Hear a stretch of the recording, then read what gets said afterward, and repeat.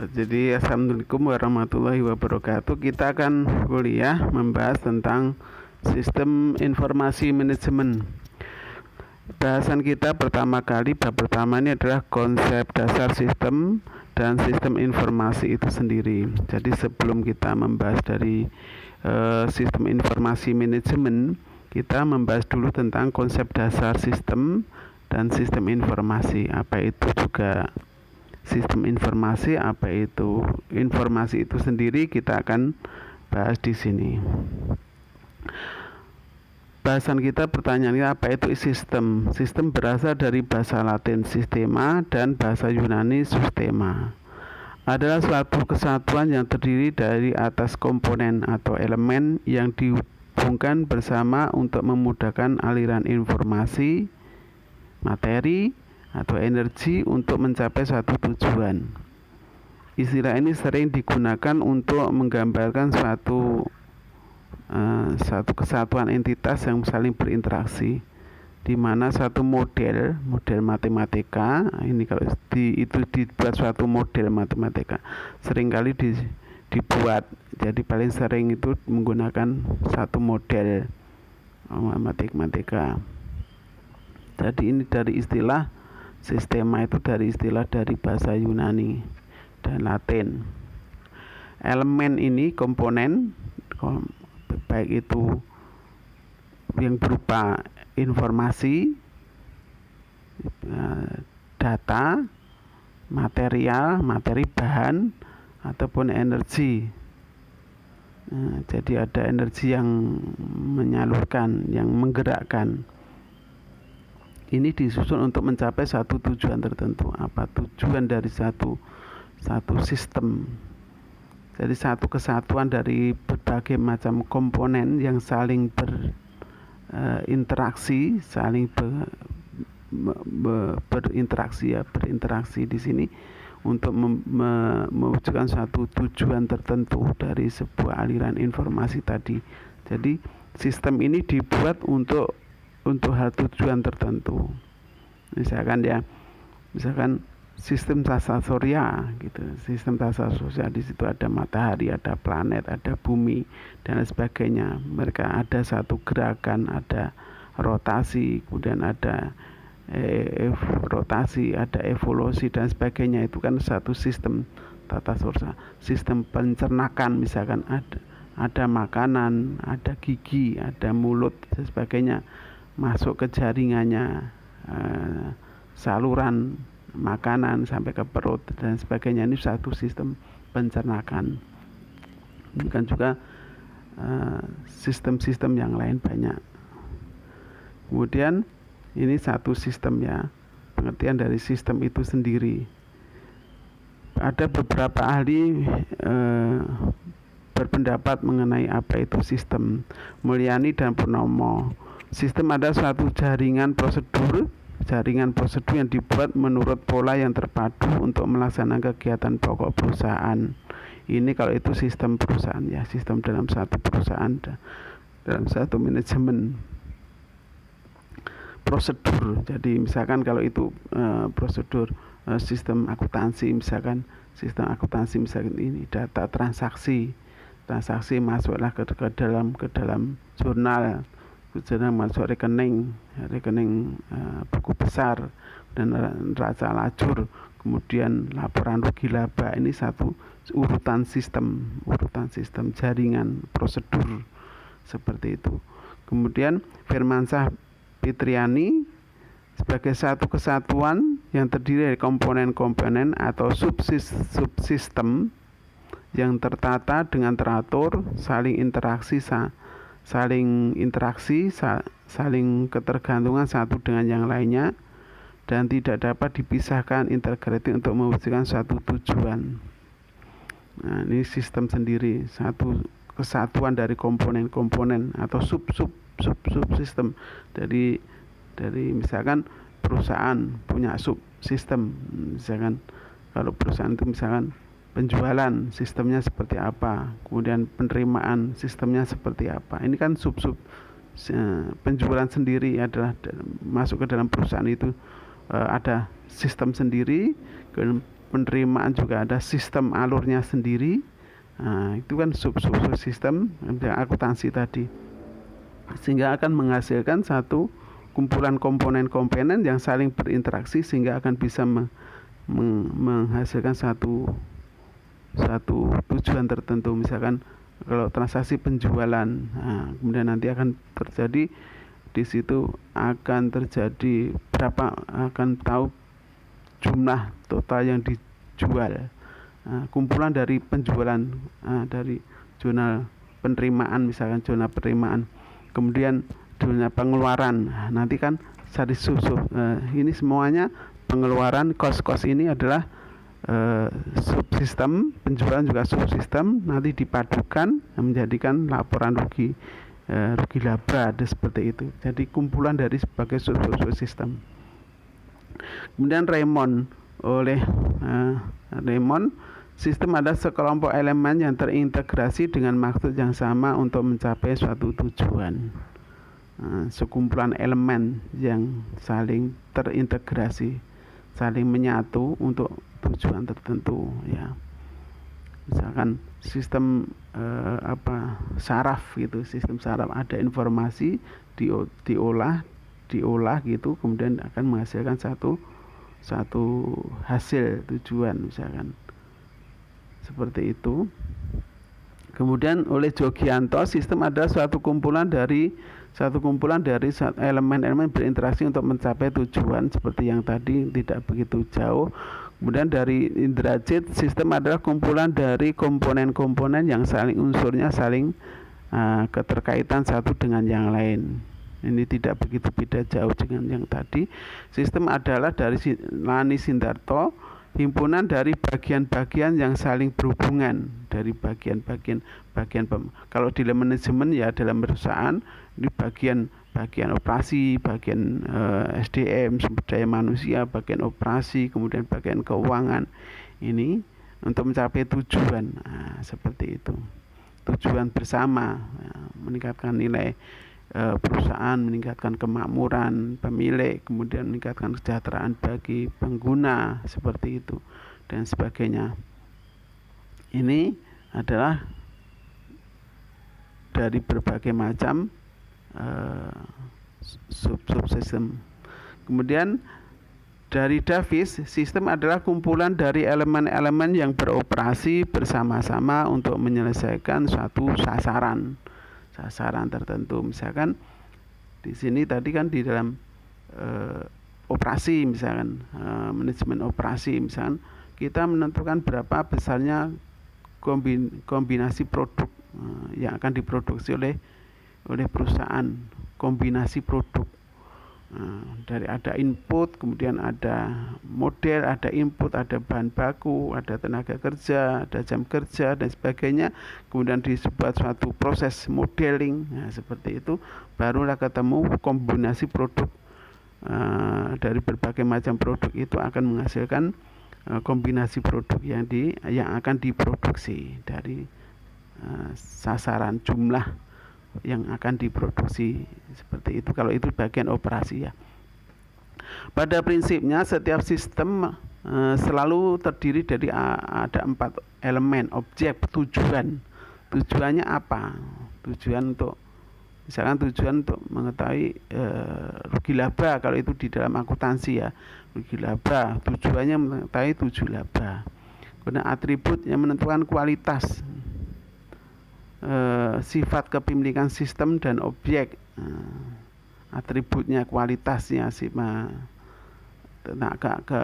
keakuratan dari sebuah tujuan kepemilikan sistem. Tujuannya apa sistem ini dibuat?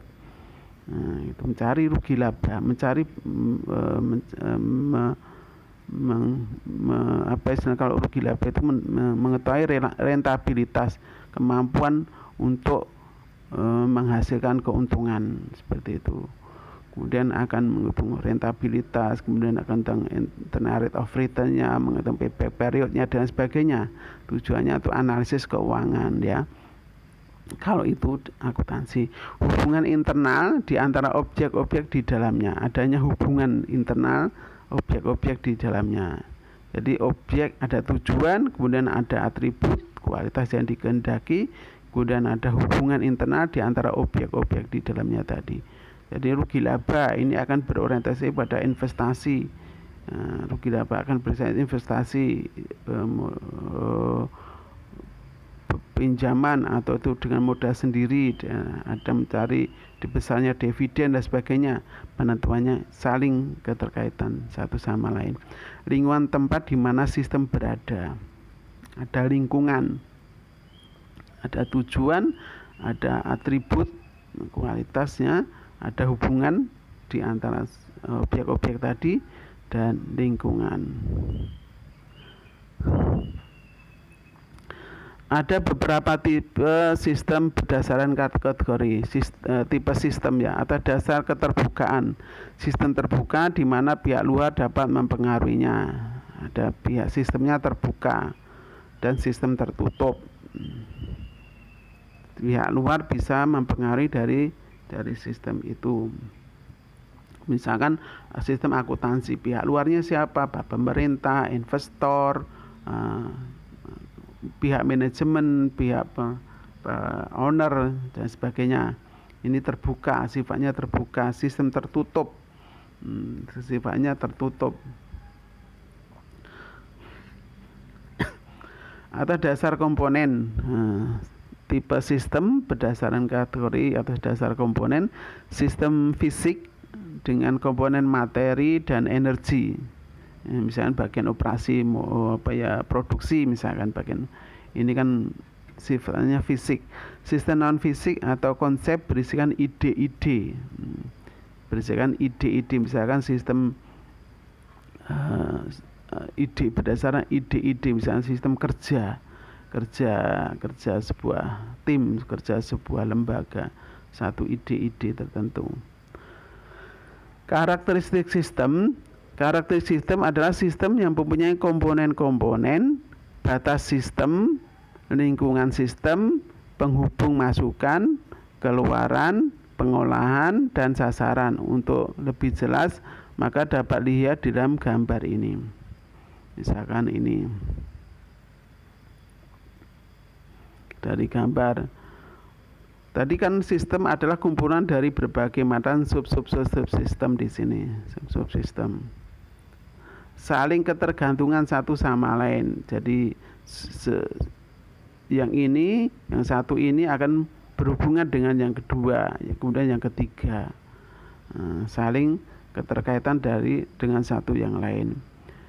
Kemudian ada input, misalkan kalau tadi kalau itu operasi ya, bagian operasi, inputnya apa? Inputnya misalkan tenaga kerja, misalkan bahan baku, misalkan overhead pabrik. Kemudian proses, dalam proses ini bisa model, bisa bahan, bisa model, bisa media, bisa juga peralatan. Itu semua satu proses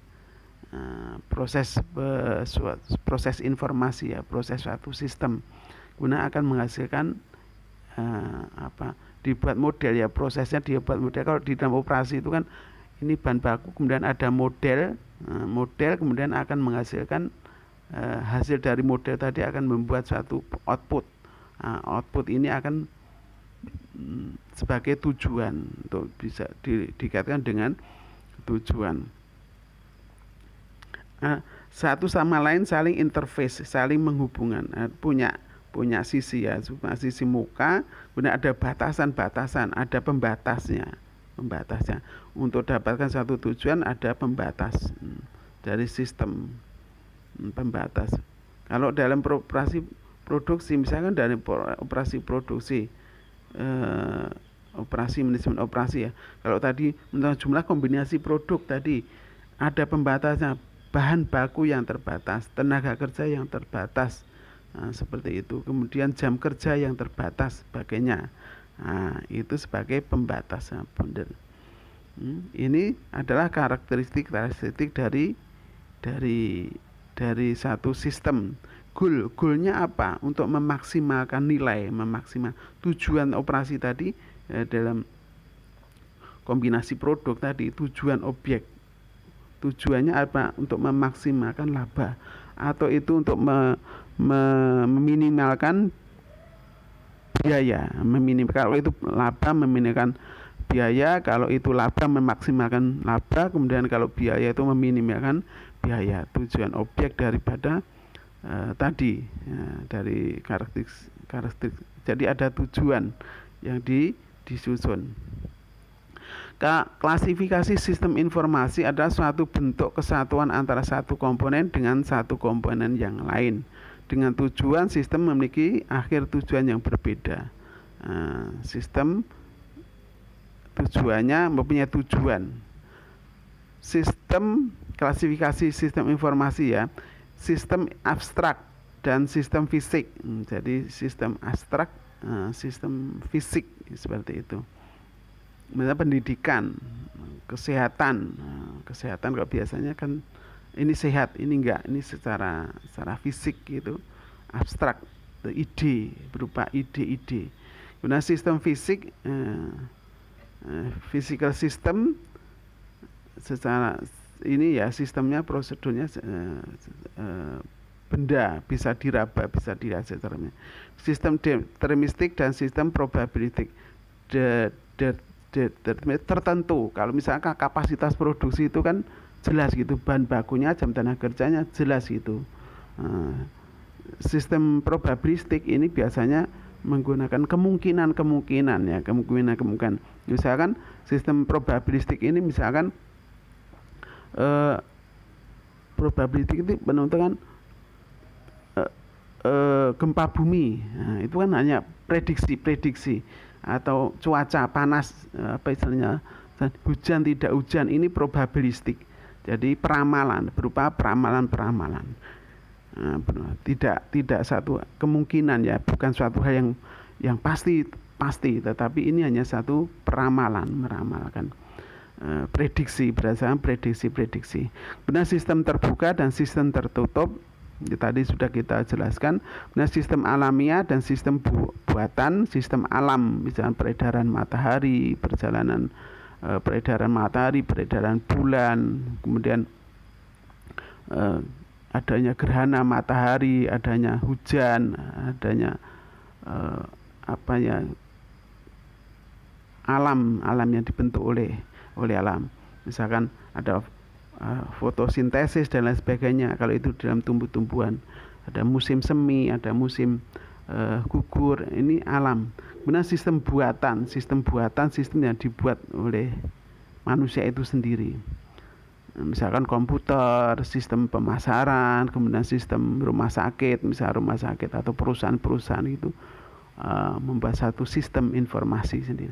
Sistem sederhana dan sistem yang kompleks. Sistem kompleks itu misalkan kita pakai logika. Nah, sistem saraf kita, cara berpikir kita, otak kita, dari informasi yang kita terima kemudian masuk ke dalam saraf kita, dari berbagai saraf kita kemudian akan menggunakan otak kita, menggunakan pikiran kita, pendengaran kita, mata kita, kaki kita, tangan kita. Kompleks. Sistem saraf menggerakkan satu sama lain. Siklus hidup pengembangan sistem ini terutama yang buatan tadi, sistem buatan. Siklus hidup pengembangan sistem merupakan pola yang diambil untuk mengembangkan sistem perangkat lunak yang meliputi beberapa tahap perencanaan, anggaran. Kalau ini dalam perusahaan gitu bisa juga anggaran, perencanaan, kemudian dianalisis, didesain, dan diimplementasikan, dijalankan. Kemudian ada uji tes, misalkan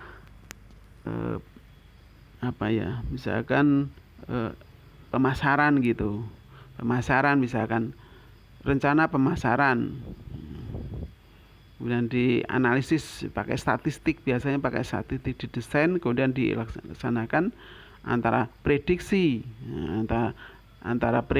antara ramalan dengan kenyataan, nanti akan hasil dari prediksi tadi akan dibandingkan dengan dengan kenyataannya nanti akan diujikan di sini. Nah, kemudian akan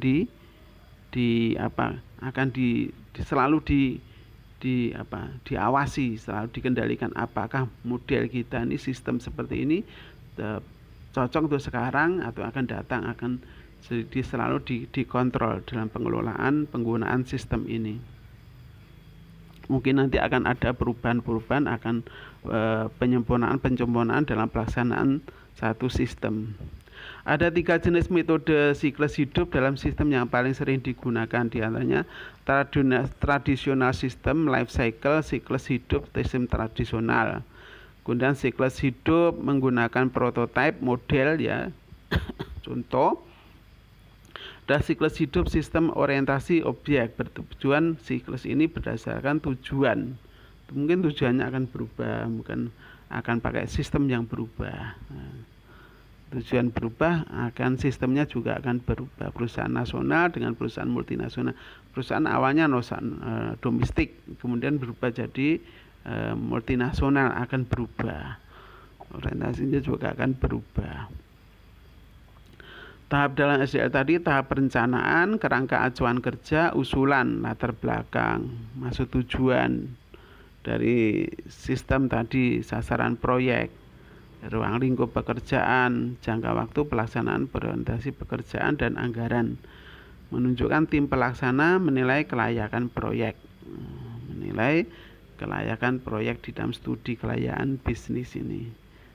Apakah ini layak, apakah artinya sistem seperti ini pas enggak gitu, layak tidak dipakai di dalam sebuah institusi seperti itu.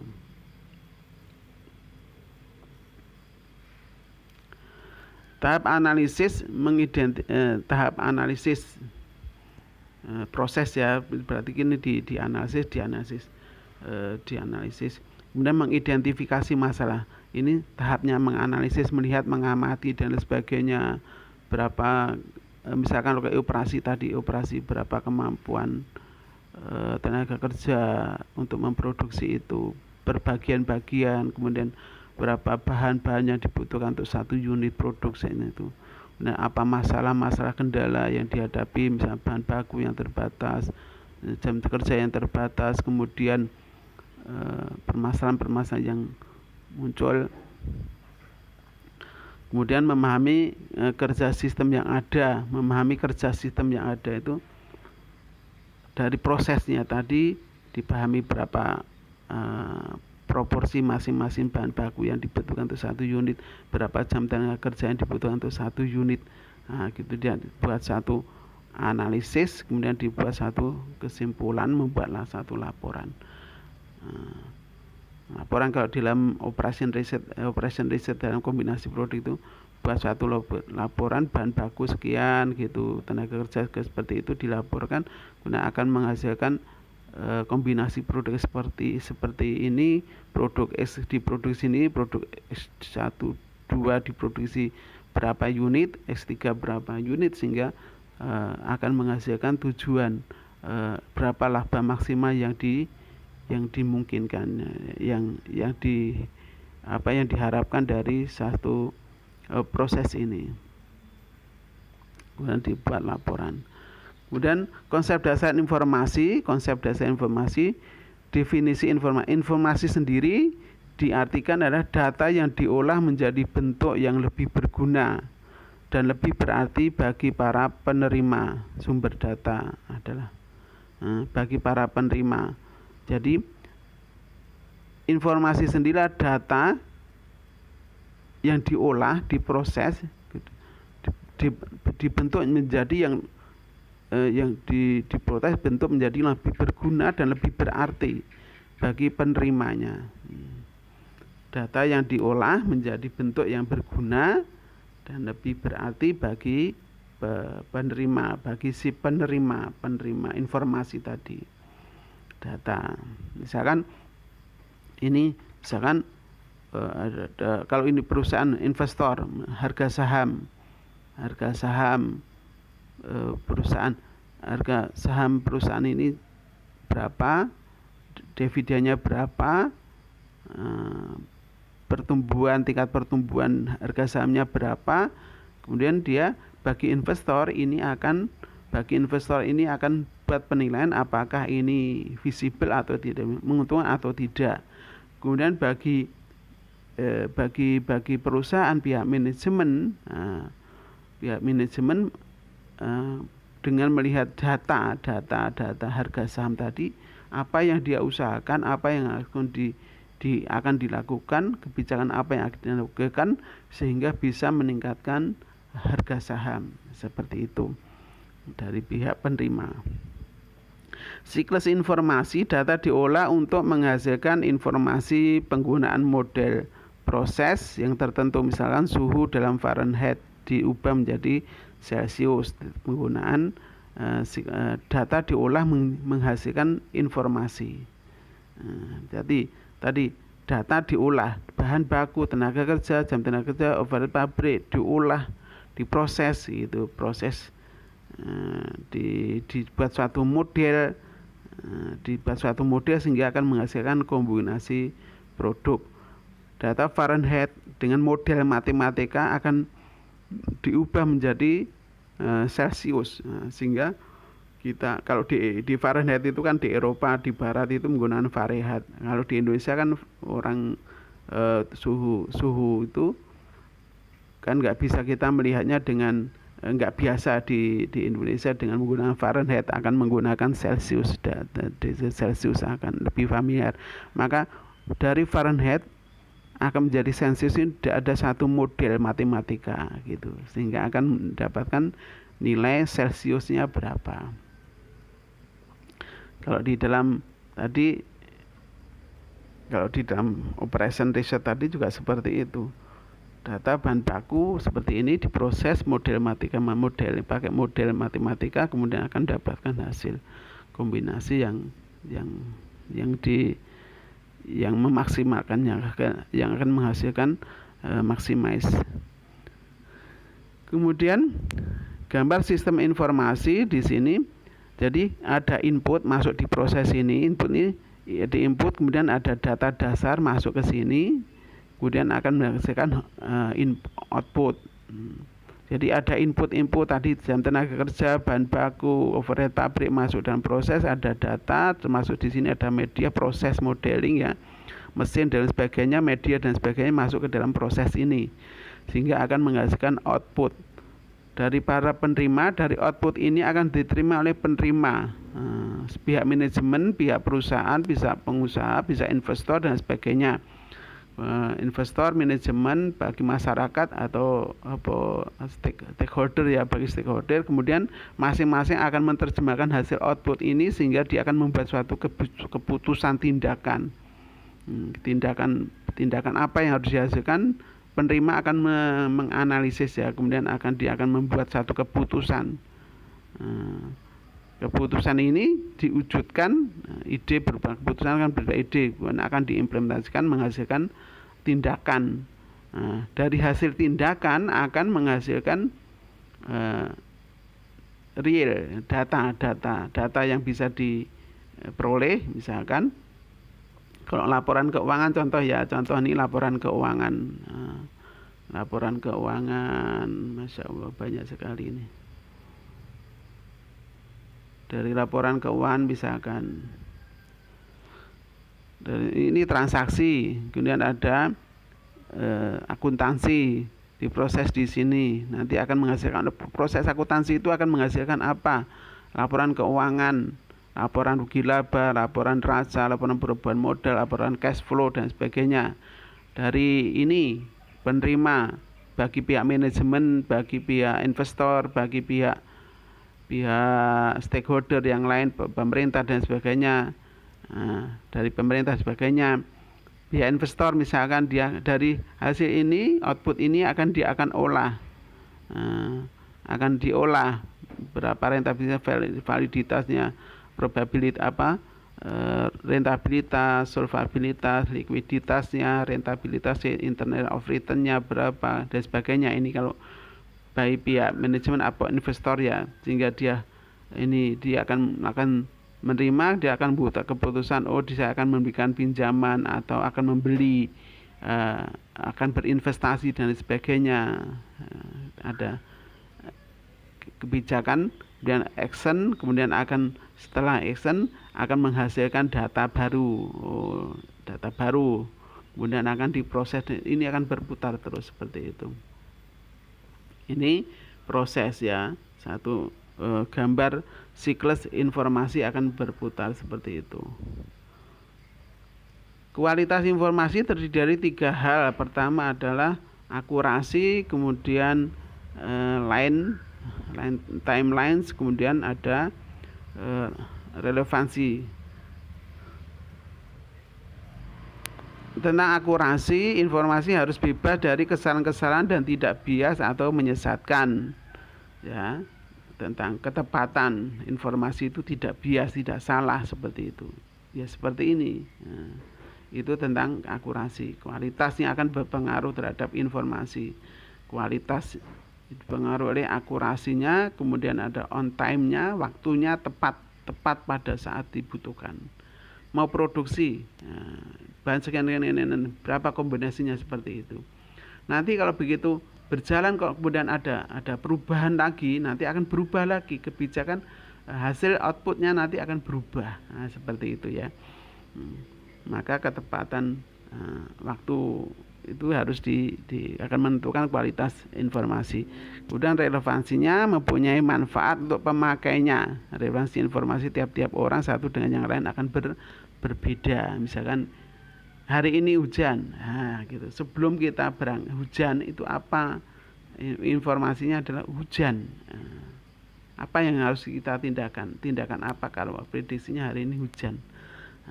Apa yang dilakukan? Kemudian itu kurang lebihnya tentang kualitas dari sebuah informasi. Kemudian gambar blok sistem, ya, gambar blok sistem. Gambar blok sistem ini pemakai, kemudian masukkan input, bisa bahan baku, biasa tenaga kerja, overhead pabrik, modal, mesin dan sebagainya. Kemudian teknologi yang digunakan, media yang digunakan. Kemudian akan dibuat satu model, input ini akan masuk ke dalam sini, akan model, kemudian ada dasar data dasarnya, kemudian akan menghasilkan diolah di sini, akan dapatkan output. Nah, dan output ini ada juga, setelah ada output ini ada kemungkinan yang mengganggu, kemungkinan harus ada pengendalian karena nanti kemungkinan juga akan jadi adanya perubahan, ada batasan. Kalau ada input yang berubah, maka ini di sini sebagai pengendalian. Kalau ini berubah, misalkan ini selalu diawasi ya, modelnya harus diawasi, kemudian data juga mungkin inputnya akan berubah, di sini nanti outputnya juga akan berubah. Maka di sini ada sistem pengendali sebagai kontrol. Nah, kalau berubah semuanya nanti di sini juga akan berubah. Tindakan pemakainya pun juga akan berubah. Seperti itu yang terjadi. Ini kurang lebihnya ya, nanti bisa diselesaikan, pekerjaan bisa dikerjakan.